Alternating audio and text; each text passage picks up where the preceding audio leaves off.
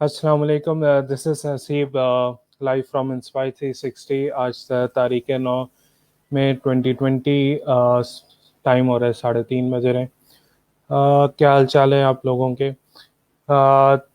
First of all पिछले session का थोड़ा सा रिवीजन करूँगा कि हमने लास्ट क्लास में जो लेक्चर हमने किया था उसमें विजन मिशन के ऊपर बात की थी, स्वॉट एनालिसिस के ऊपर बात की थी कि स्वॉट से फिर स्ट्रैटेजी किस तरह से मेक होती है, ठीक है, और उसको किस तरह से बिल्डअप किया जाता है, ठीक है, और उसको किस तरह से इम्प्लीमेंट किया जाता है। ऑर्गेनाइजेशन के स्ट्रक्चर के ऊपर बात हम कर रहे थे, ठीक है।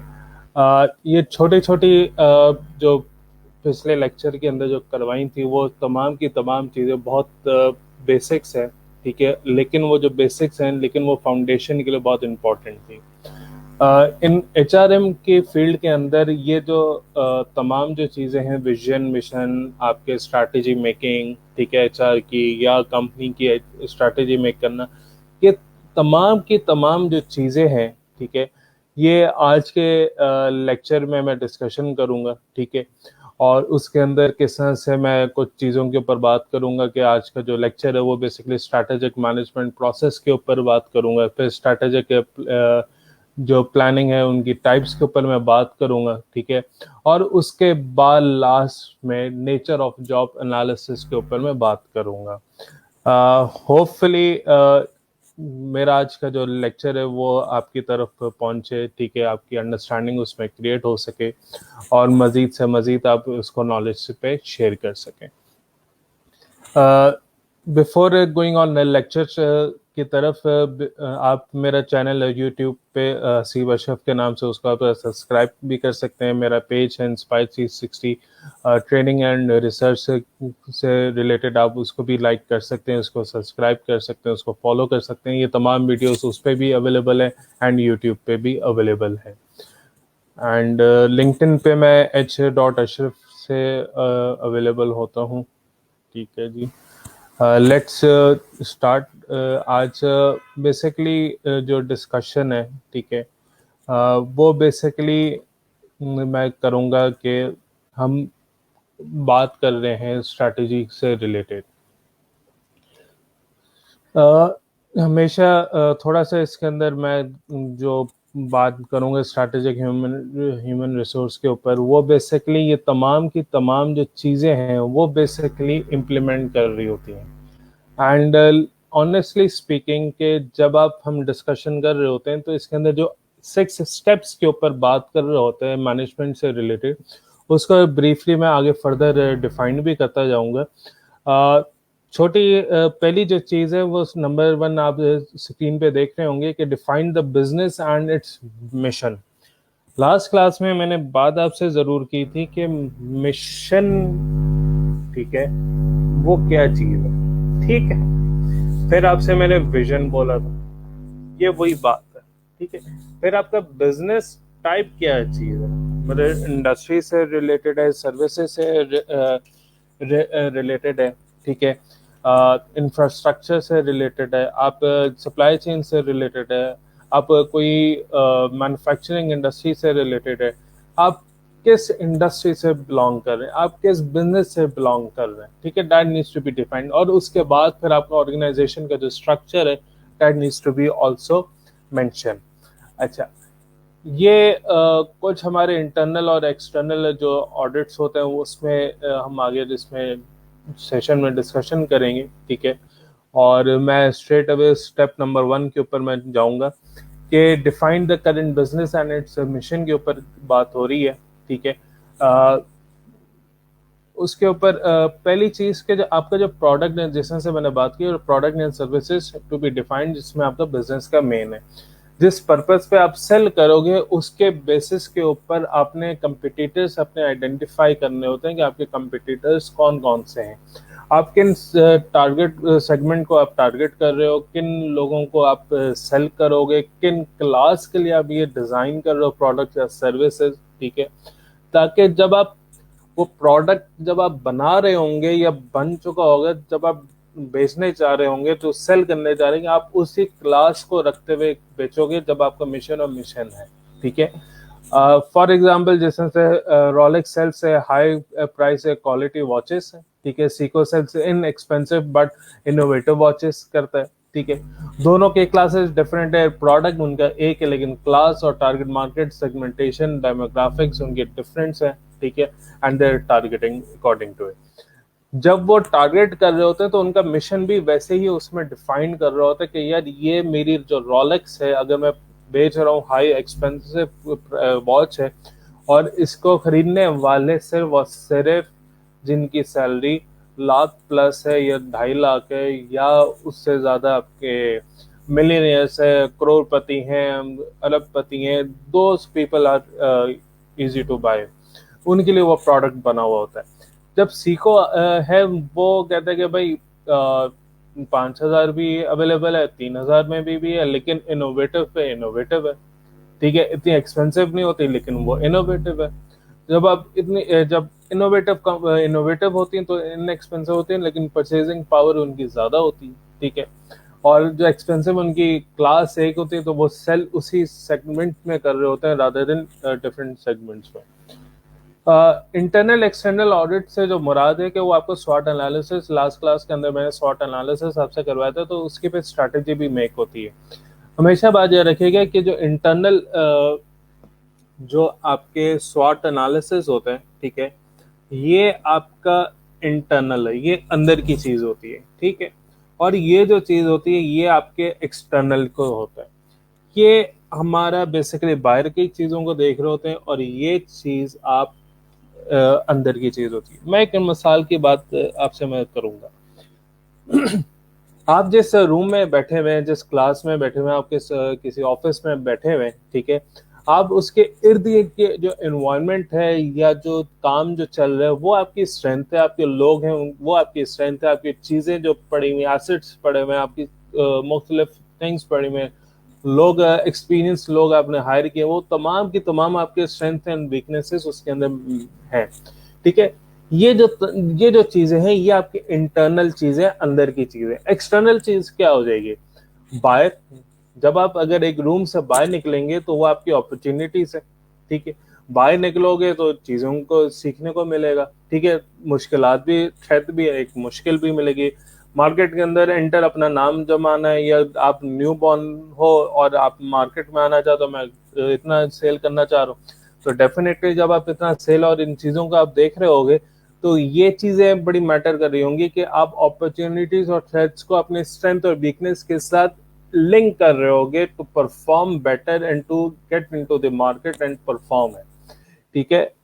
ये जो हम बहुत इंपॉर्टेंट चीजें कर रहे होते हैं स्ट्रैटेजी मेकिंग के अंदर, और इसको हमेशा बात याद रखें कि लाइफ टाइम एग्जाम्पल है ये स्वॉट एनालिसिस। आप किसी भी स्टेज में जिंदगी के आप इम्प्लीमेंट भी कर सकते हैं, इसको यूटिलाइज कर सकते हैं, and you perform and you come out of your self.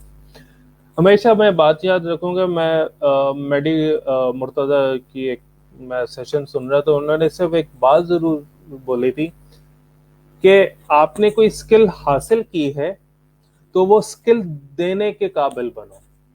अगर स्किल आपने सीख ली, हाँ यार ये मुझे आ गई है, मैं कर सकता हूँ, अब मैं किसी को और को भी सिखा सकता हूँ, हाँ वो अब सिखाना शुरू करो। जब आप ये सिखाना और देना, लर्निंग और री लर्निंग और डेवलपमेंट के ऊपर काम स्टार्ट करोगे तो आपका जो सर्कल इतना होगा वो बढ़ना शुरू होगा। ये मैं अपॉर्चुनिटी से रिलेटेड बात कर रहा हूँ, ठीक है। अब इसके अंदर थ्रेड्स क्या है? हाँ यार मेरा सर्कल बढ़ेगा, मेरा काम बढ़ेगा, चलो ये मेरी अपॉर्चुनिटी सारी। थ्रेड्स क्या हो सकती है?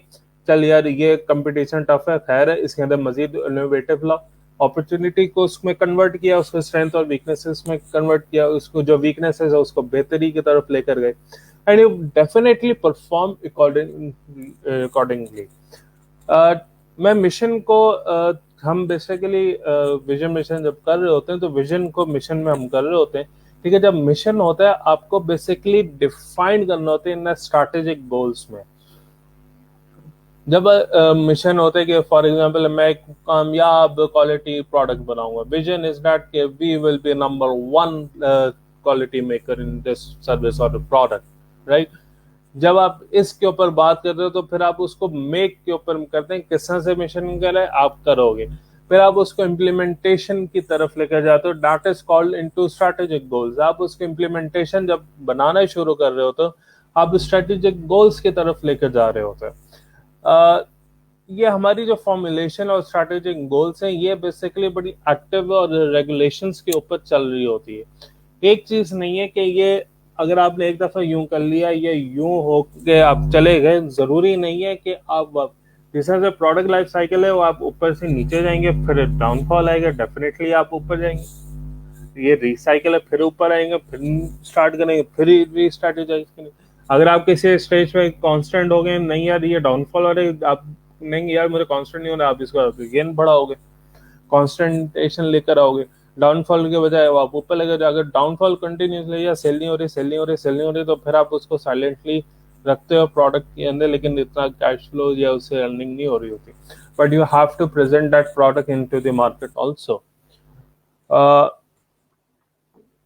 अच्छा जी, जब हम ये तमाम जो स्ट्रैटेजीज को इम्प्लीमेंट करना स्टार्ट कर रहे होते हैं तो आप किस तरह से इम्प्लीमेंटेशन करते हैं? आप लोगों को हायर करते हैं, ठीक है, आप बिल्डिंग के अंदर प्लांट्स लगाते हैं, आपकी अगर मैन्युफैक्चरिंग से रिलेटेड है तो आप प्लांट्स लगाओगे, फैक्ट्री मशीनरी हायर करोगे, ठीक है, मशीनरी को ट्रेन करने वाला हायर करोगे, उन लोगों को हायर करोगे, ठीक है, कटिंग अगर टेक्सटाइल से कोई बंदा रिलेट कर रहा है, एग्जाम्पल के तौर पर दे रहा हूँ, तो वो कटिंग करनी है तो वो कटिंग का एक्सपर्ट आप हायर करोगे, ठीक है। अगर कोई न्यू चीज डेवलप कर रहे हो तो सिलेक्टेड और एक्सपीरियंस लोगों को उस तरफ लेकर जाओगे ताकि उनको इन्वॉल्वमेंट, उनकी कंपनी के साथ एसोसिएशन रहे, उनकी बिल्डिंग हो, उनकी इनोवेटिव आए और वो उनको मजीद लर्निंग अपॉर्चुनिटीज मिल सके। फिर आपकी जो बात आती है कि मैनेजमेंट का क्या काम है कि उसको प्लानिंग करनी जरूरी है, उसकी ऑर्गेनाइजिंग करने की जरूरत है, उसकी स्टाफिंग की जरूरत है, उसको लीड करना है। जिस तरह से मैंने लास्ट क्लास में आपको 5 मेजर फंक्शंस बताए थे, उनको फॉलो करना है, क्योंकि वो जो 5 फंक्शंस है वो इतने इंपॉर्टेंट है कि उसके बावजूद आप कुछ भी नहीं कर सकते, ठीक है। मतलब आप उसको चीजें, मतलब उसकी साइकिलिंग वो चलती रहेगी, वो साइकिलिंग के बगैर आप उस साइकिल को बार बार साइकिलिंग बार बार करते रहोगे, साइकिलिंग करते रहोगे, क्योंकि उसकी वजह यह है साइकिलिंग करने की कि जब एक चीज ऑड हो जाएगी, यार ये काम नहीं कर रहा, तो उसको रीस्ट्रेटेजाइज करके उसको री इम्प्लीमेंटेशन करोगे, उसके रीस्टाफिंग करोगे, उसकी शफलिंग करोगे, काउंसलिंग करोगे, उसको मोटिवेट करोगे, ये की तमाम चीजें स्ट्रेटेजी से इम्प्लीमेंट करोगे टू बकअप हिम और हरसेल्फ। तो जब उसको बकअप करने के लिए कर रहे हो, क्योंकि जब आप जो नेक्स्ट स्टेप आ रहा है वो परफॉर्मेंस को वैल्यूएट करोगे, हाँ यार इसने 1 साल में कितनी कारकर्दगी दिखाई है, उसने कितना परफॉर्म किया है, क्या उसको जो जब टास्क देते गए थे क्या उसने डेवलपमेंट की। अब जिस तरह से ये मैं एक मिसाल है, अभी ये जरा लॉकडाउन चल रहा है, जैसे ये लॉकडाउन खुलेगा, ठीक है, आप इमेजिन ये करेंगे कि जो फैक्ट्रीज या जो काम बंद हुए हैं उनके पास जो ऑर्डर्स या कोई काम या जो चीजें सर्विसेज पहले की पड़ी हों वो वापस से वापस वर्किंग करेंगे, और इस कदर वर्किंग करेंगे आपकी सोच से बारे वर्कलोड पे वर्कलोड पड़ेगा, ठीक है। और उस वर्कलोड को हैंडल करने के लिए आपके पास इतनी स्टेबिलिटी आपके वर्कफोर्स होनी चाहिए कि आप उस चीज को, टारगेट को मीट कर सको, ठीक है। लास्ट बट नॉट लीस्ट मैं जरूर बात करूंगा process of accessing progress towards strategic goals and taking action, corrective actions, ठीक है। मैनेजर स्टडी न्यू सिचुएशन, उसको एडजस्टमेंट करें, ठीक है, और ये तमाम की तमाम चीजें इम्प्लीमेंट करने की तरफ जाएंगी। जब आप बात कर रहे हैं इससे रिलेटेड, तो मैं बात जरूर करूंगा कि हम चल रहे हैं, ठीक है, क्लासेस आप हमें देख सकते हैं, ठीक है, हमारी एवरी सैटरडे 3:30 से 4:30 बजे क्लास है। आपके कोई सवालात हो आप मुझसे वो शेयर कर सकते हैं, ठीक है। और ये तमाम की तमाम चीज़ें लर्निंग एस्पेक्ट्स है, ठीक है, आपको सीखने को भी मिलेगा, ठीक है। इसमें आपकी कोई पॉइंट्स आपकी नज़र में हों तो मुझे ज़रूर बताइएगा ताकि हम उस पर वर्किंग कर सकें फर्दर।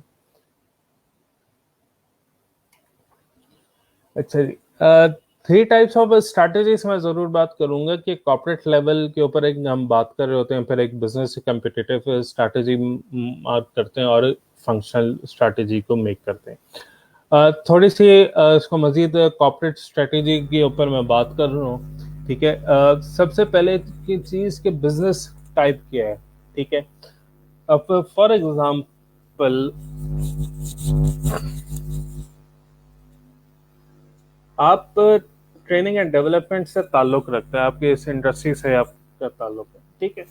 फॉर एग्जांपल आप XYZ कंपनी है, ठीक है, इनको किस टाइप की ये सर्विसेज दे रहे हैं, ठीक है, किस ऑर्गेनाइजेशंस को दे रहे हैं, इनके फंक्शंस के, ठीक है। ये आगे चीज अंडरस्टैंड करवाऊंगा कि हमारी कोऑपरेटिव और कम्पिटिटिव स्ट्रेटेजी किस तरह से मेक हो रही होती है, ठीक है। जब आप इस इंडस्ट्री के अंदर क्या प्रोडक्ट कर रहे हैं, फिर आप आइडेंटिफाई करें कि आपकी दूसरी रिलेटेड कंपनी से क्या काम कर रहे हैं, फिर उससे तीसरी कंपनी क्या काम कर रही है, देन ये जो ओवरऑल है ये आपको रिलेट करेगी कि आपने क्या एक्स्ट्रा ऑर्डिनरी करना है, ठीक है। इससे एक्स्ट्रा ऑर्डिनरी इन 3 कंपनी से आप XYZ कंपनी को किस तरह से बूस्ट अप करोगे, ठीक है। ये जो चीजें हैं you that needs to be understand, and ये किस तरह से अंडरस्टैंडिंग जिस तरह से पिछले जो स्टेप्स बताए थे स्ट्रैटेजी मेक करने के, ये उससे आइडेंटिफाई करने हो एंड बी रियलिस्टिक, ठीक है। हमेशा बात कहूंगा कि आप जितना रियलिस्टिक हो सकते हैं आप रियलिस्टिक रहें, काम के लिहाज से, अपनी वर्किंग के लिहाज से, स्टडी सर्विस से रिलेटेड, और भी जनरल रहें और फेक ना रहें, कोई धोखापन ना रखें। जो नेचुरल जो चीज़ है वो नेचुरल चीज़ डिस्क्राइब करें, नेचुरली चीज़ सेल करें, बी न्यूट्रल। जितना न्यूट्रल रहेंगे उतनी चीज़ें नजर आएंगी। हाँ, हमेशा बात याद रखिए कि बी कॉन्फिडेंट, ठीक है। कॉन्फिडेंट के आगे जीत, अगर क्योंकि डर जो हमारा है बेसिकली डर के आगे जीत है। क्यों है उसके अंदर, डर के अंदर कॉन्फिडेंट है। जब आपके अंदर कॉन्फिडेंट बिल्टअप होगा to face that fear, then that barrier will be break. So keep in mind always that keep yourself in a positive thoughts, positive thinking, positive approach, positive manners, positive working, positive goals, and be focused in overall, and be focused what you want to achieve in your life. And this, all those things will help you a lot in a professionalism, in a personal development, business development, in sales, in HRM, whatever field you choose. Be confident, be active, be strategize, be skillful, be relearning and everything, and be keep inspiring yourself. अच्छा, corporate strategy basically वो एक portfolio define कर रहा होता है कि company है क्या चीज, ठीक है।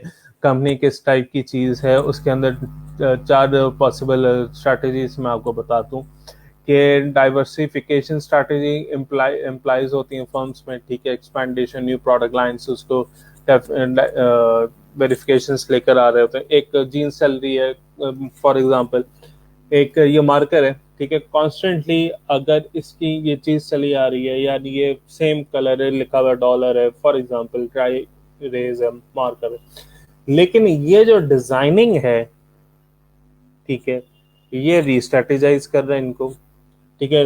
न्यू शेप ला रहे हैं, काम तो इसमें ब्लू ही कर रहा है, ब्लू इंक है, ब्लू चीज है, लेकिन थोड़ा सा शेप चेंज कर दिया, ठीक है। इसके अंदर थोड़ी सी पैकिंग चेंज कर दी, इसके अंदर थोड़ा सा बोल्डनेस लेकर आए और थोड़ी सी कलर की वेरिएशन लेकर आए, ठीक है, जिसमें से वेरी इंटीग्रेशन लिखा हुआ है, ठीक है। सेकंड पॉइंट, फिर रिड्यूस कंपनी साइज, अगर कोई कॉन्सुलेशन करनी है, कोई कम कंपनी साइज डिक्रीज करना है, इंक्रीज करना है, डिपेंड्स ऑन कहने की सिचुएशन या कंपनी से सिचुएशन के ऊपर होता है, ठीक है।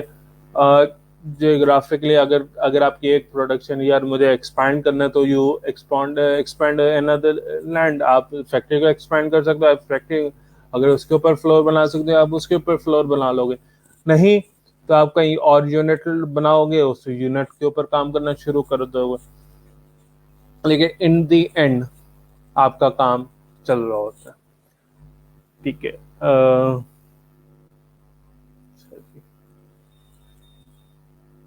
राइट, कोई सवालात आपके जहन में हो तो ज़रूर सवाल करें, लव टू हेयर इट। ठीक है, मैं उनके सवालात के जवाब देने को चाहूँगा कि उनके सवालात का एज मच एज दे सकूँ मैं। अच्छा जी,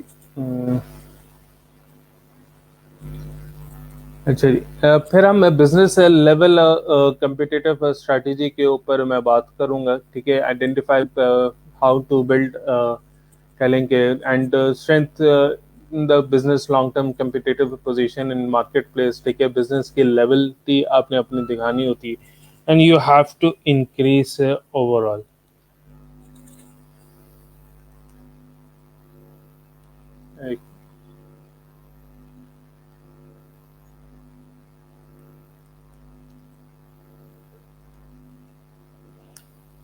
अच्छा, हमेशा बात ये रखें कि जब हम बात कर रहे होते हैं कम्पिटिटिव स्ट्रैटेजी की को बनाने के लिए, ठीक है,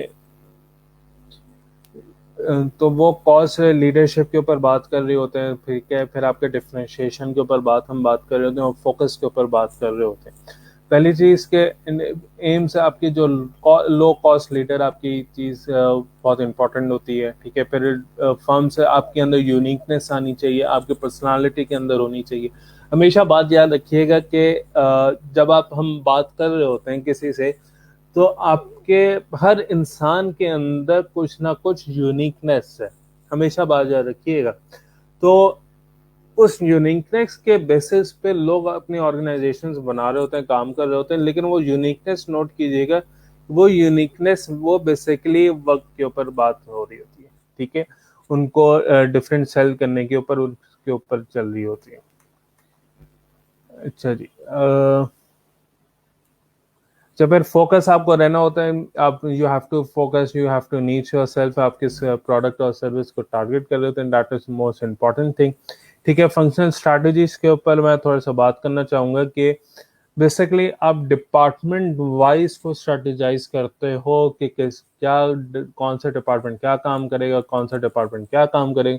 वो डिपार्टमेंट काम करते हुए आपका जो इम्प्लीमेंटेशन है वो आपके कम्पिटेटिव हो, जो आपकी स्ट्रैटेजिक कंपनी के गोल्स हैं उनको अचीव करने की कोशिश करेगा। अच्छा जी,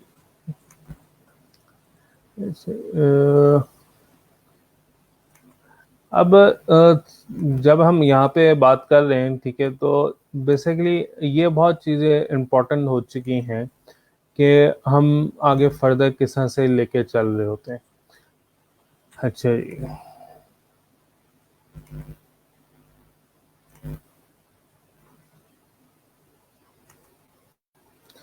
अच्छा, last but not the least आपसे जो लास्ट बात की है कि the nature of job analysis के ऊपर मैं बात कर रहा हूँ। ठीक है, जॉब एनालिसिस बेसिकली आपके ड्यूटीज और स्किल्स के ऊपर बात कर रहे थे कि किस टाइप की स्किल्स और ड्यूटीज का आपको चाहिए होती हैं और किन टाइप को लोगों को आपने हायर करना होता है। ठीक है, पहली चीज डिस्क्रिप्शन के अंदर उनकी किस पर्पस के लिए आप बंदे को अगर हायर कर रहे हो तो उसको क्या काम दोगे काम करने के लिए। फॉर एग्जाम्पल, अगर कोई बंदा ग्राफिक डिजाइनर है तो ग्राफिक डिजाइनर को एक रिक्वायरमेंट आती है कि मास्किंग चाहिए, तो उसके ऊपर एक प्लॉट बनाना है, या लॉन का टेक्सटाइल डिजाइनर है, वो कहते हैं यार ये प्रिंट है, इसको इस चीज में लेकर आओ, या इसको कोटिंग करो, या इसको इस इलिस्ट्रेटर के ऊपर लेकर जाओ। तो अगर वो शॉर्ट कीज और जो फंक्शंस हैं उसको आते हैं उस सॉफ्टवेयर के बेसिस पे, तो आप उस बंदे को हायर कर रहे हो।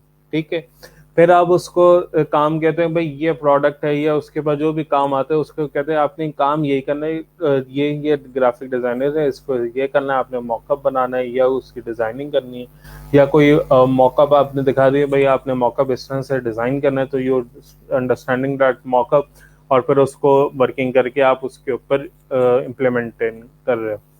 अच्छा, जब हम ये बात कर रहे होते हैं तो फिर जॉब स्पेसिफिकेशन के ऊपर बहुत इंपॉर्टेंट होती है कि ह्यूमन रिक्वायरमेंट्स होती हैं। ठीक है, एजुकेशन है, उसकी स्किल किस टाइप की होनी चाहिए, ठीक है। और ये जो तमाम चीज़ें हैं, ये एनालिसिस के ऊपर, जॉब एनालिसिस कर रहे होते हैं तो उसके ऊपर रिलेट कर रहा होता है। अच्छा जी, हमें जो इन्फॉर्मेशन मिलती है जॉब एनालिसिस से, वो बेसिकली वर्क एक्टिविटी से होता है, ह्यूमन बिहेवियर से भी होता है, ठीक है। मशीन टूल्स या कोई फ्लो से रिलेटेड है, ठीक है, प्रोडक्शन से रिलेटेड, उससे उस टाइप की रिक्वायरमेंट्स हमें पता चलती है। परफॉर्मेंस स्टैंडर्ड का पता चलता है, यार इस टाइप का 3 से 4 साल का एक्सपीरियंस होना चाहिए, ठीक है, और उसको ये काम आना चाहिए, वो ये तमाम चीज़ें आपको बतानी होती हैं। अच्छा, हमेशा बात ये रखिएगा कि जॉब एनालिसिस या जॉब डिस्क्रिप्शन किस तरह से बन रही होती है कि जब आप आइडेंटिफाई करते हो और जो आपको जॉब एनालिसिस जो ये जॉब डिस्क्रिप्शन के लिए बोलता है, वो आपको कंसर्न डिपार्टमेंट आइडेंटिफाई करके देता है कि भाई मुझे इस टाइप का बंदा चाहिए और ये काम करना चाहिए, तो वो चीज़ उसमें रिलेट करता है। जब ये बात कर रहा होता है, तो जब आप जॉब एनालिसिस करते हो, जॉब डिस्क्रिप्शन करते हो, तो फिर then you analysis for the recruitment and selection, लोगों को हायर करते हो, फिर उसके परफॉर्मेंस वैल्यूएशन होती है, उसके जॉब वैल्यूएशन होती है, ठीक है, वेजेस एंड सैलरी, और उससे अगर कोई रिलेटेड कोई क्वेश्चन हो या सवालात हो तो उसको फिर ट्रेनिंग प्रोवाइड की जाती है। अगला जो टॉपिक है वो डेफिनेटली रिक्रूटमेंट एंड सिलेक्शन से रिलेटेड है। फिर मैं आगे जो तमाम जो चीज़ें हैं टॉपिक्स को मैं क्लियर करूँगा, और इंशाल्लाह जल्द से जल्द इसको आपकी नॉलेज में लेकर आ सकूँ। आपके सवालात हों तो आप ज़रूर ईमेल मुझे कर सकते हैं INS36@outlook.com के ऊपर, ठीक है। अगर फेसबुक के ऊपर आप मुझे मैसेजेस कर सकते हैं। ये तमाम की तमाम चीज़ें इसके ऊपर हम डिस्कशन करेंगे अपकमिंग क्लास के ऊपर, ठीक है। See you on the next class. आज का सेशन मैं यहीं पे क्लोज करूँगा, ठीक है। अगर कोई आपके जहन में सवालात हों, ठीक है, ज़रूर मुझे टेक्स्ट करें, आप ईमेल कर सकते हैं। मेरा नंबर है 0343211790। ये तमाम चीज़ें मैं आपसे रिलेट कर रहा हूँ, ठीक है। Thank you very much, have a nice day, keep learning, keep inspiring yourself and be energized yourself. Thank you very much. Have a nice day. Allah Hafiz.